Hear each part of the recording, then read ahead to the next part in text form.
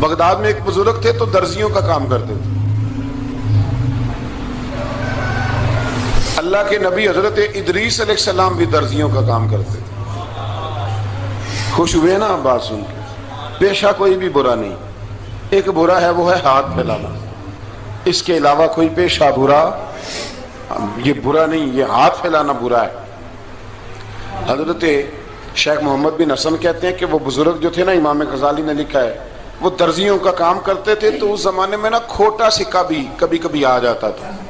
کھوٹا سکہ پرانے لوگوں کو تو پتا ہوگا، چلو نوجوانوں کو بتا دیتا ہوں. چاندی کے سکے ہوتے تھے تو اوپر سے جب وہ کھس جاتا تھا نا نمبر، تو اس کو کہتے تھے اب کھوٹا ہو گیا. کیوں جی بزرگوں ایسے ہی ہے. وہ کھس جاتا تھا تو کہتے تھے سکہ، تو وہ چلتا نہیں تھا کہیں بھی. تو وہ بابا جی کی دکان مشہور ہو گئی تھی کہ وہاں کھوٹے سکے بھی چل جاتے. لوگ دے آتے تھے کھوٹے سکے، بہت سارے لوگ دے دیتے. بابا جی چپ کر کے قبول کر لیتے. مشہور ہو گیا، جو بھی جاتا کھوٹے سکے دے آتا. بابا جی قبول کر لیتے. پھر شام کو نا گھوڑے پہ بیٹھ کے جاتے اور دریا میں بہا. ایک دن کچھ بندے کھوٹے سکے لے کے آ گئے تو بابا جی ابھی مصلے پہ تھے، نماز پڑھ رہے تھے. تو بیٹے نے کپڑے دیے تو کھوٹے سکے وصول کیے. تو وہ کھوٹے سکے دینے والا شخص کھوٹے سکے دے رہا تھا. تو وہ بچہ کہنے لگا تم نے بڑی عرصہ بیوقوف بنایا میرے ابا کو، کھوٹے سکے دے لے جاؤ. کہنے لگا تمہیں واقعی نہیں پتا چلتا کھوٹے ہیں؟ کہا ابا جی کا نہیں مجھے پتا، پر مجھے تو پتا ہے نا. اور میرا ابا شام کو کھول کے دیکھتا ہے تو پھر جو کھوٹے کھوٹے ہوتے ہیں انہیں دریا میں بہا کے آتا ہے. لے جاؤ اپنے. اتنی دیر میں بزرگ نماز سے فارغ ہوئے. کہنے لگے نہیں نہیں بیٹے رکھ لے، کھوٹے ہی رکھ لے. سننا بات. کہا جناب کیوں؟ فرمانے لگے میں کھوٹے اس لیے رکھ لیتا ہوں کہ لوگوں نے پیسوں میں ملا کے دوسروں کو بھی تو دینے ہیں نا. تو میں چاہتا ہوں چلو باقی لوگ نقصان سے بچ جائیں، ہمارا تو گزارا ہو ہی رہا ہے. باقی لوگ نقصان سے بچ جائیں. اور فرمایا پھر میں شام کو جا کے دریا میں ڈال کے آتا ہوں کہ کہیں میری اولاد بھی ان کو آگے نہ چلا دے. میں چاہتا ہوں کہ اور لوگ اس کام سے بچ جائیں.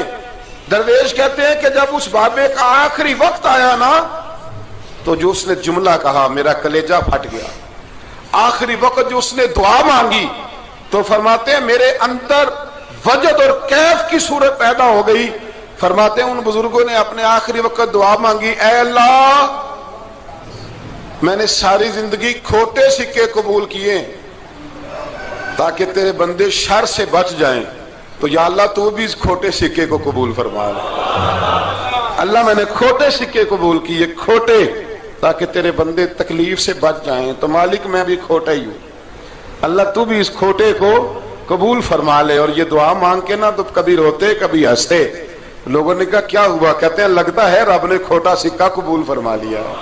لگتا ہے کہ اللہ نے کھوٹا سکہ قبول. لوگوں کو تکلیف سے بچائیں.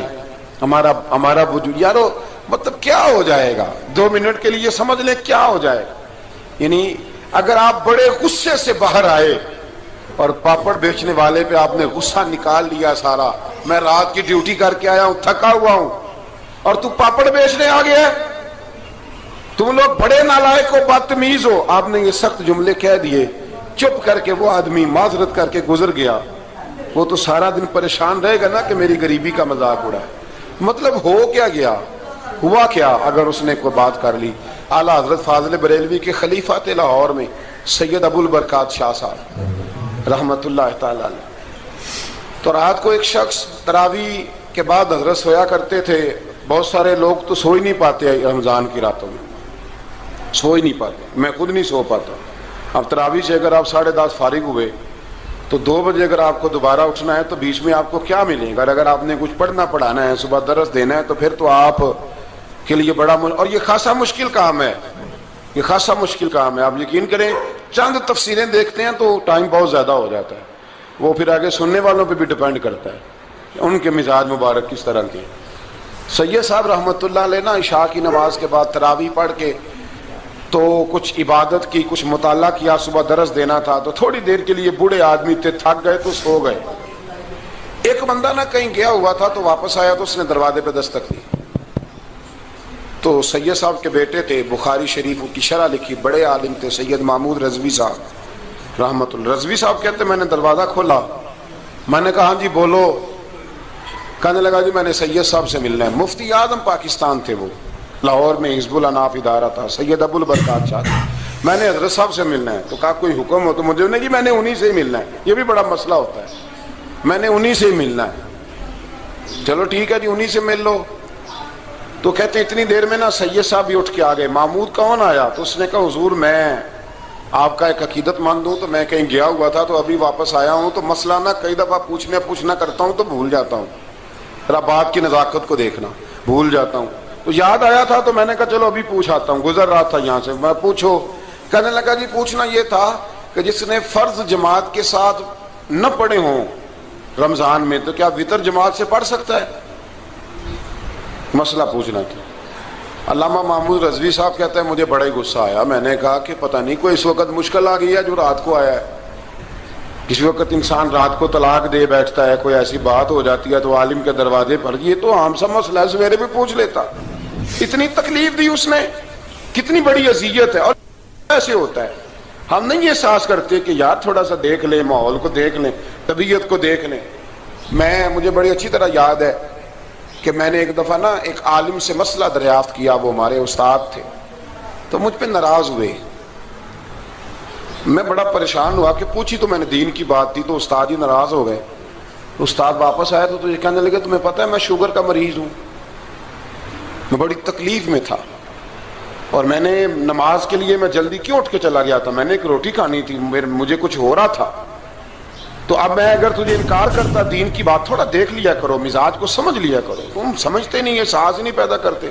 وہ بڑی اس وقت چیز سمجھ میں آئی کہ کچھ چیزیں ایسی ہوتی ہیں, ہر وقت انسان ایک موڈ میں نہیں ہوتا. آپ سمجھیں, بہرحال جو بات کرنا اس کو سمجھیے گا.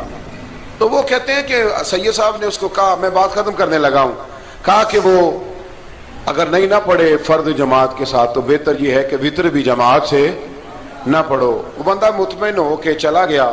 سید صاحب اپنے کمرے میں چلے گئے تو علامہ صاحب کہتے ہیں مجھے بڑا غصہ آیا. میں نے اس کو بلایا, میں نے کہا کہ کیا تیری جان کے مصیبت میں آئی ہوئی تھی, اسی وقت ہی مسئلہ پوچھنا تھا, اسی وقت ہی پوچھنا تھا, دن نہیں چڑھنا تھا, یا تجھے حضرت اسرائیل بتا گئے تھے کہ تیری آخری رات ہے؟ کہتے میں نے پورا غصہ نکالا اس کا. میں نے کہا تو بڑا ہی بیوقوف آدمی ہے, بوڑھے آدمی ہیں, اور بڑی مشکل سے نیند آتی ہے, آ ہی گئی تھی تو آ گیا ہے. کہتے میں غصہ کر رہا تھا تو سید صاحب آ گئے, تو آ کے مجھے ڈانٹا, چپ کر, اس طرح کسی کے ساتھ بات کرتے ہیں. پھر اس کو کہنے لگے بھائی معاف کرنا, یہ ابھی بچہ ہے, اسے پتہ نہیں. کہتے ہیں پھر مجھے کمرے میں لے گئے اور بہت بڑا ہی جملہ کہا. اگر آپ اپنا کلیجہ ٹھنڈا کرنا چاہیں نا تو اس طرح بھی کر سکتے ہیں. بہت بڑا جملہ کہا. کہنے لگے معبود مسئلہ تو میں نے بتایا, تمہیں کیا تکلیف ہوئی؟ اور پھر فرمانے لگے شکر کرو اللہ کا, اس دور میں بھی کوئی دین کی بات پوچھتا ہے. شکر کرو اللہ کا, اس دور میں بھی کوئی دین کی بات پوچھتا ہے. شکر کرو اللہ کا, کوئی دین کی بات پوچھتا ہے, ورنہ تو لوگ پوچھتے ہی نہیں. تو اگر آپ خوش کرنا چاہیں اپنے آپ, تو آپ سائیکل والے پہ غصہ کرنے کی بجائے یہ بھی تو کہہ سکتے ہیں نا شکر ہے رزق حلال کما رہا ہے, مانگ کے نہیں کھاتا, شکر ہے یہ محنت کر رہا ہے اپنی. تو آپ اپنے ذہن کو اس طرح کا بنائیں, سوچ کو اس طرح کا بنائیں.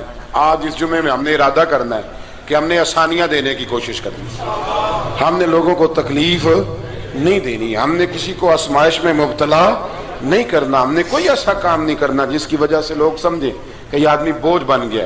کبھی بوجھ نہ بنے. یارو کتنا بدبخت ہے وہ آدمی جس کے مرنے کی لوگ دعا مانگے, اس کے مرنے کی. حضرت عبداللہ ابن مبارک کے پڑوس میں ایک یہودی رہتا تھا, یہودی تھا, یہودی. حضرت عبداللہ ابن مبارک مکان بیچنے لگے. حضرت عبداللہ ابن مبارک کا پڑوسی مکان بیچنے لگا, وہ یہودی. تو کہا تو کہا کتنے کا؟ 2000 دینار کا. 2000 دینار. تو انہوں نے کہا کہ اس گلی میں, اس محلے میں تو 1000 دینار کا مکان ہے, تو تیرا 2 کا کیوں ہے؟ کہنے لگے 1000 میرے مکان کا اور 1000 عبداللہ ابن مبارک کے پڑوسی ہونے کا, اس لیے کہ اتنا شاندار پڑوسی تمہیں کبھی نہیں ملے گا جس کی ہم نے کبھی آواز ہی نہیں سنی. 1000 روپیہ لوں گا ان کے پڑوس میں جگہ دینے کا, 1000.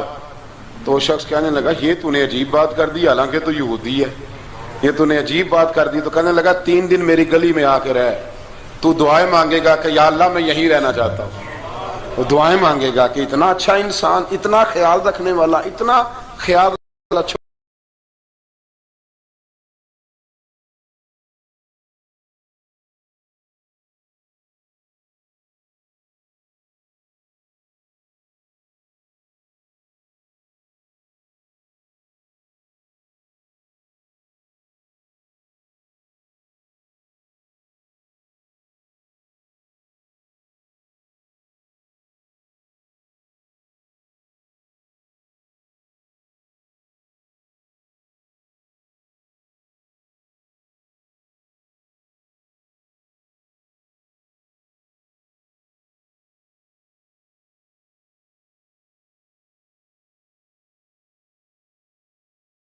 کریں، کسی سے پیار کریں. اور یارو چھوڑو مزدور بن جاتے ہیں. شیخ سعدی کہا کرتے تھے جب سے مخدوم بناؤں نا لوگوں سے خدمت کرانے لگاؤں مزہ ہی نہیں آیا. مزہ تو تب آیا ہے کبھی نانی کی خدمت، کبھی دادی کی خدمت، کبھی ابا کی خدمت، کبھی اس کی خدمت. کہتے ہیں وقت گزرا تو پھر استادوں کی خدمت، پھر اللہ نے موقع دیا تو پھر پیروں کی خدمت. اور کہتے ہیں میرا تو دل کرتا ہے میں مریدوں کی بھی خدمت ہی کروں، میرا تو دل کرتا ہے میں شاگردوں کی بھی خدمت ہی کروں. کہتے ہیں جو مزہ خدمت میں آیا ہے وہ خدمت کرانے میں یہ مزہ بھی لینے کی کوشش کریں. آج نا مخدوم بڑے ہی بن گئے ہیں، مخدوم بڑے ہی بن گئے. کس کس کی بندہ خدمت کرے؟ تو اس طرح کریں کچھ خادم بھی تو پیدا ہونے چاہیے نا، کچھ خادم بھی پیدا ہونے چاہیے. مہمان خصوصی بڑے ہو گئے، کوشش ہونی چاہیے کچھ عام سے بھی مہمان بنے، عام سے بھی جو خاص مہمان نہ ہوں، جن کا ارادہ ہو کہ نہیں ہم نے پیار ہی بانٹنا ہے. دعا ہے رب کریم کی بارگاہ میں اللہ خوبصورت دین پر خوبصورتی سے عمل